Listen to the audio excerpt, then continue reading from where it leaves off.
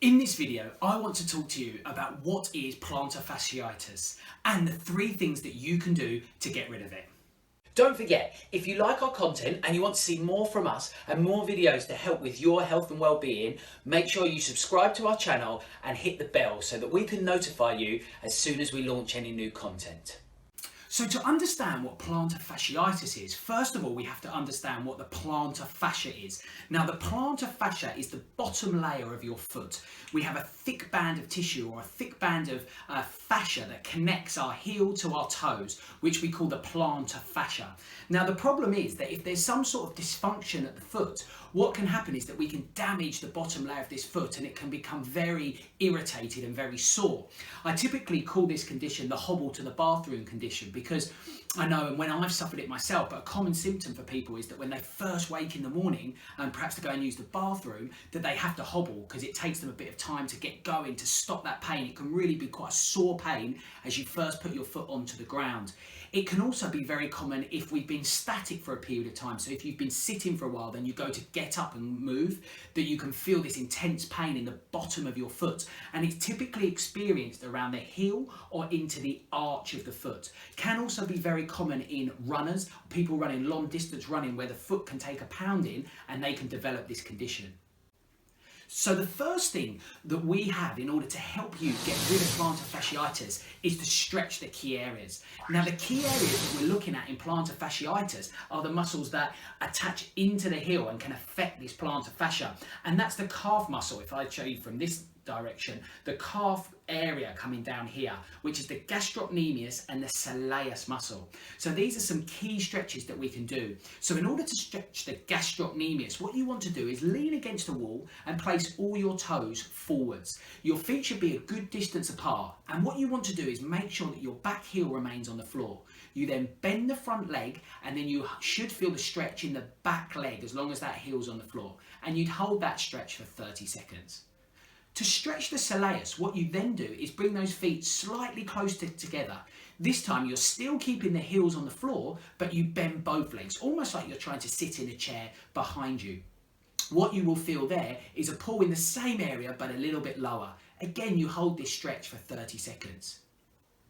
Now the plantar fascia is a difficult area to stretch. It's fascia, so it's very difficult. It doesn't have the properties of muscles to be stretched in the conventional sense. But a thing that we find to be relieving, because it can work the plantar fascia, the muscles on the underside of the foot and the calf, is to place your toes up against the wall. And then if you lean with a straight leg over the top, you'll feel that pull through the bottom of the foot and the back of the leg. And this can be a nice stretch to help you out and to relieve some of the symptoms of that plantar fascia.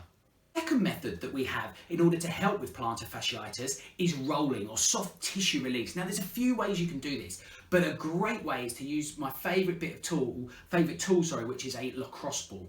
Now what we do with the lacrosse ball is we place our foot on top of the lacrosse ball, and what you can do is you can use that lacrosse ball to roll around and really find those sore points. Now if you don't have a lacrosse ball, that's not a problem. There's other bits of kit that you can use, such as a cricket ball, a baseball, a golf ball, or even something like a deodorant can or a frozen water bottle has been known to work quite well in this area.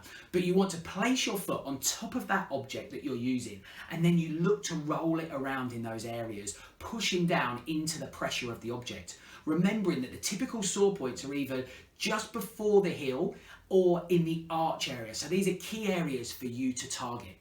You can also use your thumbs and your hands, and you can look to get in and try and really break up that tissue, try and push through that sore point and work out that tight tissue. That can be another way to help you out.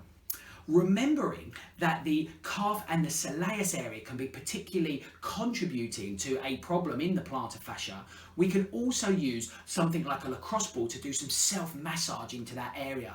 If we place the calf on top of the ball and then we look to roll around in that area, if we locate a sore point, what we can then do is what we call our pin and stretch technique, where we place the muscle or the sore point onto the ball and you hold. Then after about 30 seconds to a minute, you just look to bring your toes up towards your shin, and you'll feel that stretching out the tight spots over the top of the ball. And that will be helping to create less force, less pressure onto that plantar fascia. The third method we have is to look to strengthen the area. If the ankle is weak, then that can be meaning that you're using those muscles extensively more than you need to, and that can be creating extra force around that plantar fascia and making it sore.